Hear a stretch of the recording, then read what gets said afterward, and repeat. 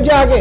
G20 का इजलास चल रहा है और आज आखिरी दिन है श्रीनगर के अंदर टूरिज्म वर्किंग ग्रुप बराए सयाहत के हवाले से जो बनाया गया है। और इस सिलसिले में कुल मिलाकर अभी तक जो इतलात हमारे पास है 50 से ज्यादा फॉरेन डिग्निटरीज, फॉरेन डेलीगेट जो है उन्होंने श्रीनगर के इस मीटिंग के अंदर शिरकत की है और 40 से ज्यादा G20 इन्विटीज जो मुख्तलिफ मुल्कों को इन्विटेशन गया था उन्होंने एक्सेप्ट किया था। 7 मल्टीलैटरल ऑर्गेनाइजेशन जो पहले ही कहा गया था, कुछ एनजीओ, कुछ और लोगों को बुलाया जाएगा, वो भी यहां पर मौजूद है।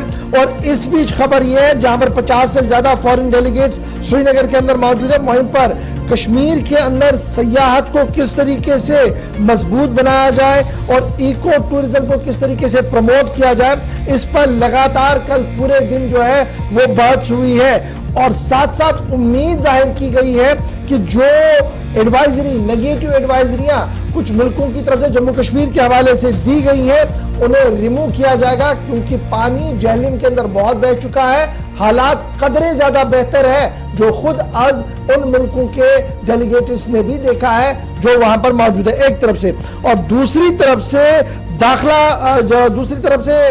जब हम बात करते हैं तो सिन्हा साहब ने भी बात की है, वो थोड़ी देर में हम आपके पास जरूर लेकर आएंगे। लेकिन डिटेल जो हमारे पास आ रही है, जो फॉरेन डेलीगेट्स की डिटेल्स आ रही हैं, उसमें जो हमारे जराया हमें बता रहे हैं कि Singapore, United Kingdom, Nigeria, USA, Australia, Canada, Spain, Brazil, France, Mauritius, South Korea, South Africa, UAE के डेलीगेट्स ने यहां पर हिस्सा लिया है। Argentina, Bangladesh, Germany, Indonesia, Italy, Japan, Mexico, Netherland और रूस के भी मंदुबीन यहां पर मौजूद रहे हैं। जो मुख्तलिफ ज़राया हमें बता रहे हैं, खबर को कंफर्म कर रहे हैं, वो ये बता रहे हैं कि अदर डिग्निटरीज जिनको दावतनामे गए थे, यूरोपियन यूनियन के कुछ लोगों को, डेलीगेट्स को बुलाया गया था और उसके साथ साथ वर्ल्ड ट्रेड ऑर्गेनाइजेशन WTO के जिम्मेदारों को बुलाया गया था, इंटरनेशनल लेबर ऑर्गेनाइजेशन ILO के जिम्मेदारों को बुलाया गया था,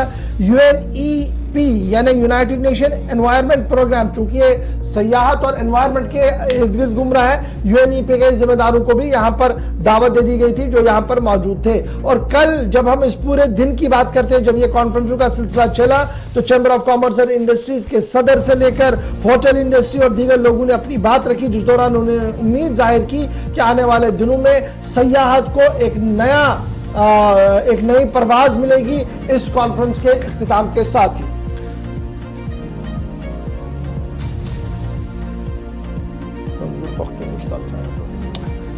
चलिए इस पर और बात करेंगे। मेहमानों को मदऊ किया गया था, कितने लोग आए कितने नहीं, डिटेल्स आपके सामने रखी हैं, लेकिन इस पर और जरा बात करना है कि वादी कश्मीर के अंदर इसके असरात मुस्तकबिल में क्या मुरतब होंगे और किस तरीके से हिकमत अमली तरतीब देने की कोशिश है। हमारे साथ मारूफ ताजिर और तज्जियाकार मंजूर पख्तून साहब भी ज्वाइन किए हुए हैं, मुश्ताक चाया साहब भी, आपका दोनों का बहुत बहुत शुक्रिया। प्रोग्राम सलाम जेके में आपका खैर मकदम। और इसके अलावा जावेद अहमद टेंगा साहब, Kashmir chamber of commerce and industries के सदर, थोड़ी देर में वो भी हमारे साथ जुड़ेंगे। और वली मोहम्मद साहब शिकारा एसोसिएशन से भी हमारे साथ थोड़ी देर में ज्वाइन करने वाले हैं। बहुत शुक्रिया मंजूर साहब और मुश्ताक साहब, आप दोनों का। मंजूर साहब, शुरुआत जरा आप ही से करते हैं। 72 घंटों का ये सफर, किस तरीके से आप सारी सूरत हाल को, डिस्कशंस को, प्रोग्राम्स को, बिलखुसूस इस बड़े इवेंट को देखते हैं? हाँ देखिए जी, जहाँ तक ये इवेंट का सवाल है, टूरिज्म के हवाले से बहुत अहमियत का बाइज़ है। जैसे हम अपने कश्मीर की बात करेंगे, हमारे पास सारे प्रोडक्ट्स हैं, बस उनको एक्सप्लोर करने की जरूरत है। जो भी आप प्रोडक्ट बोलेंगे टूरिज्म के हवाले से वो हमारे पास है, चाहे लेजर टूरिज्म हो, पिलग्रिमेज हो, आपका एडवेंचर हो, मेडिकल टूरिज्म, एजुकेशनल टूरिज्म। आजकल जो फिल्म टूरिज्म की बात करते हैं, ये तो मेरे को लगता है 60 से ही चलता आ रहा था कश्मीर में। तो कश्मीर इन चीजों के लिए माना जाना था, एक नाम है इस कश्मीर का, अपना एक ब्रांड है इन चीजों के लिए, मगर इसको इम्प्लीमेंट करने की बहुत अशद जरूरत है। तो कल एनवायरनमेंट पे भी बात हुई, वहाँ पे इको टूरिज्म पे बात हुई, उसको भी बैलेंस करने की जरूरत है कि ज्यादा जो कैरिंग कैपेसिटी हमारी है वो खराब भी ना हो जाए, हमारा इकोलॉजी, हमारे एनवायरनमेंट, फ्लोरा एंड फौना जो है उसको भी डिस्टर्ब न किया जाए। टूरिज्म तो अच्छी बात है, एम्प्लॉयमेंट जनरेट होती है, और हमारे ऐसे जगहें हैं जो बिल्कुल वेस्ट पड़ी हुई हैं, तो जो बिल्कुल कुदरत के नवाजे हुए हैं, इतनी खूबसूरत जगहें हैं, तो उनको एक्सप्लोर करने की जरूरत है। आजकल जो गवर्नमेंट का प्रोग्राम है, जो नई डेस्टिनेशन आ रही हैं टूरिज्म मैप पे, तो उनको भी मतलब आगे लाना है, तो नेशनल इंटरनेशनल लेवल पे उनकी प्रमोशन की जरूरत है, तो लोग आएंगे। तो ये जो एक इवेंट है ये अपने हिसाब से तो एक बड़ी प्रमोशन होती है जिस सेक्टर की बात होती है, जैसे ये बिल्कुल टूरिज्म पे ही था। तो हमें आगे उम्मीद है कि जो फॉरेन टूरिज्म है वो भी बढ़ेगा, और एडवाइजरी का खास जो मसला था हमारे यहाँ से एक मैसेज आएगी और ये लोग उस पर काम भी करेंगे, एडवाइजरी को हटाने की कोशिश भी करेंगे। तो जितना भी परसों से हुआ इन 2 दिनों में कि एडवाइजरी की बात भी चली, हमारे लिए वो बड़ी इंपॉर्टेंट बात है कि फॉरेन टूरिस्ट फिर से वापस आए। जो कश्मीर में एक अट्रैक्शन थी, खासकर हाउस बोट में रहते थे, वो हाउस बोट का नाम भी फिर आगे आएगा। वो ज्यादा लोग हाउस बोट में ही रहना पसंद करते थे और एक फैमिली कंफर्ट उनको मिलता था, एक ट्रेडिशन मिलता था, एक ट्रेडिशनल टच मिलता था, क्यूजीन्स मिलते थे। तो बाकी जो ओवरऑल जो इन 2 दिन में मीटिंग्स हुई, अलग अलग टूरिज्म पे हुई, तो वो सब प्रोडक्ट्स हमारे पास हैं, मगर अब इम्प्लीमेंट की जरूरत है। मेरे को लगता है ये जो लोग अपनी कंट्रीज में वापस जाएंगे, तो जो भी हमारे मुतालबे थे, जैसे एडवाइजरी का खास पहला पॉइंट था, उस पर वो बात करेंगे। बाकी जो हमने उनको बोला कि प्रमोशंस के हवाले से कैसे इन जो नई जगहों को, जो एग्जिस्टिंग जगह हैं, इनको कैसे प्रमोट किया जाए। ओवरऑल टूरिज्म जो है एम्प्लॉयमेंट जनरेटर भी है, तो जो हमारे यंग यूथ हैं वो इसमें इन्वॉल्व होना चाहते हैं, उनके लिए भी रोजगार का सबब बनेगा।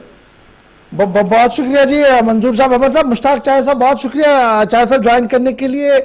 आप 1990 से पहले भी इस इंडस्ट्री के साथ जुड़े हुए थे और 1990 के बाद की सूरत हाल जो बनी है वो भी आपके सामने है। अब जिस तरीके से हम 2019 के बाद चल रहे हैं और उम्मीदें लगाई जा रही है कि एक सस्टेन टूरिज्म हमारे पास हो, यानी मुस्तकिल टूरिज्म चले, उसमें वो कभी नेगेटिविटी ना दिखे, और सरकार की जो पहल हुई है कि टूरिज्म वर्किंग ग्रुप की मीटिंग जम्मू कश्मीर के अंदर की गई है, किस तरीके से आप इसको देख रहे हैं? क्योंकि आप बखुद इस मीटिंग्स का हिस्सा है, आप खुद बचशम देख रहे हैं सारे हालात, तो किस तरीके से आप देख पा रहे हैं? क्या वाकईतन ये हिस्टोरिकल इवेंट है और इससे कुछ चीजें ग्राउंड जीरो पर बदल सकती है?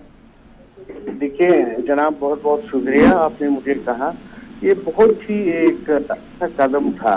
पहले I can say it is a historical एक आज जो इन्होंने कर दिया गवर्नमेंट ऑफ इंडिया ने, हमारे स्टेट के एडमिनिस्ट्रेशन ने G20 को कश्मीर में मौका दे दिया, ताकि ये जो हमारी बहुत सारे गलतफहमीज हैं, हमारे मिसअंडरस्टैंडिंग जो हमारे बैड मैसेजेस हुए हैं, उसको एक बहुत ही अच्छा क्लियरिटी मिल गई कि 20 मुल्क हमारे पास इधर आ गए, उन्होंने सारा देख लिया। तो इससे बढ़ के बहुत एक बड़ी बात बन गई। So for tourism is concern और अदरवाइज ऑल्सो, तो बहुत अच्छा रहा ये। तो इस इवेंट से सारे दुनिया में एक मैसेज गई कि कश्मीर जो है टूरिज्म हिंदुस्तान का सबसे बड़ा, जिस तरह स्विट्जरलैंड है, जिस तरह कश्मीर इंडिया का स्विट्जरलैंड है। ये एक बहुत बड़ी मैसेज गई, इससे बहुत फायदे हो जाएंगे इंशाल्लाह।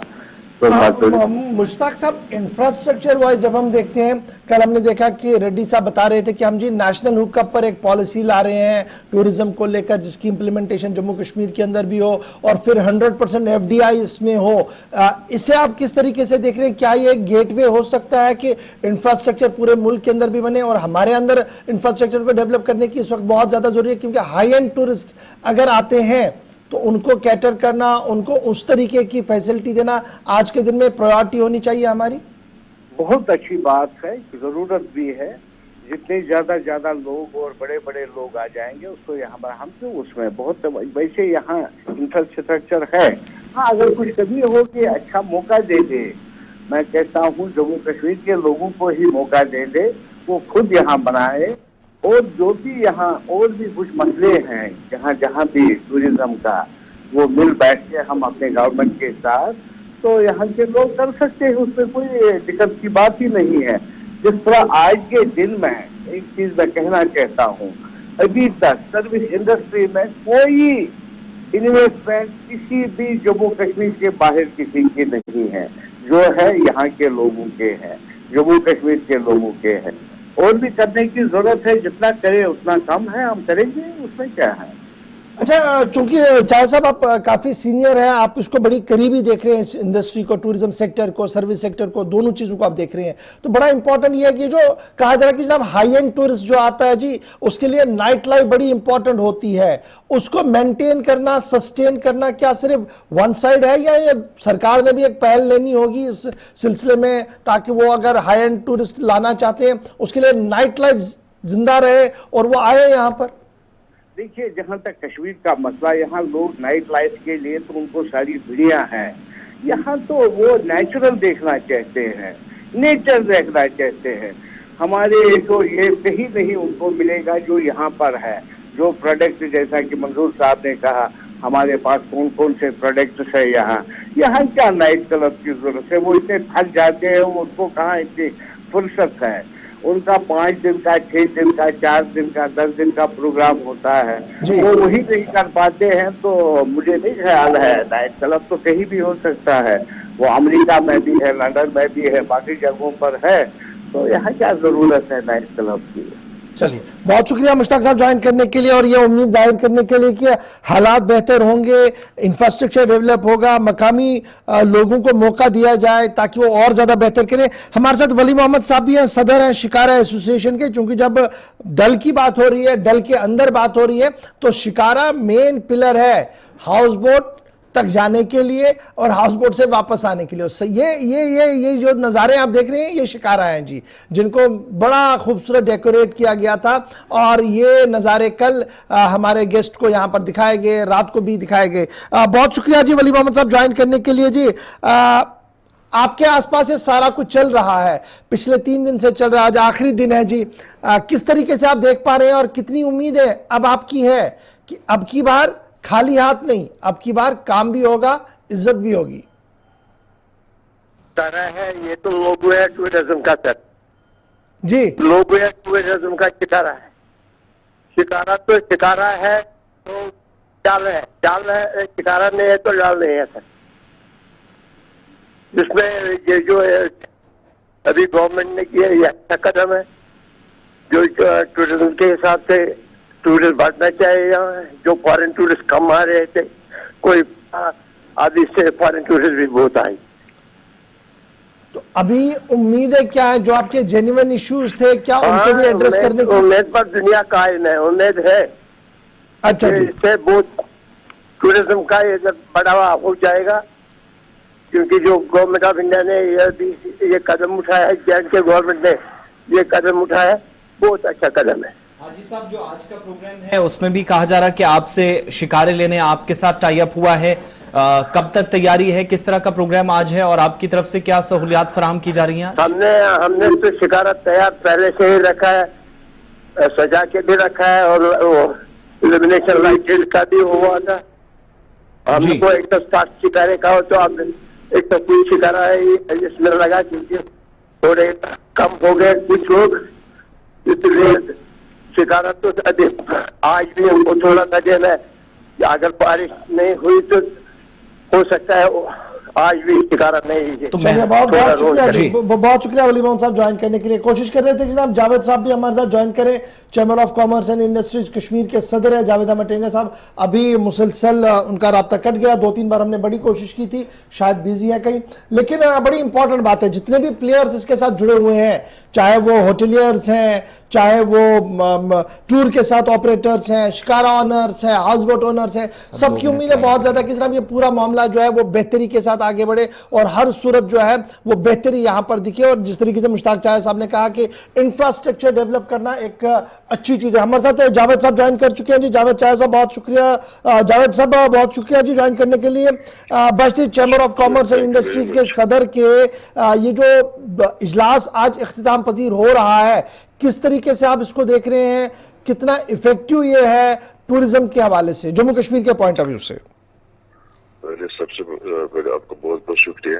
टूरिज्म पॉइंट के जब हम इसको टूरिज्म पॉइंट के नजरिए से देखते हैं तो मीटिंग वाज गुड, और अपनी तरफ से हमने थोड़े बहुत डेलीगेट से बातचीत की, तो उनको हमें अपना ये बताया कि यहाँ पर जो ट्रैवल एडवाइजरी है वो हटनी चाहिए, और डेफिनेटली वो अपने अपने गवर्नमेंट को लिखेंगे यहाँ पर वो एडवोकेट कैसे करेंगे ट्रैवल एडवाइजरी अच्छा है ताकि इंटरनेशनल टूरिज्म यहाँ पर बहाल हो जाए। Overall the meeting was good.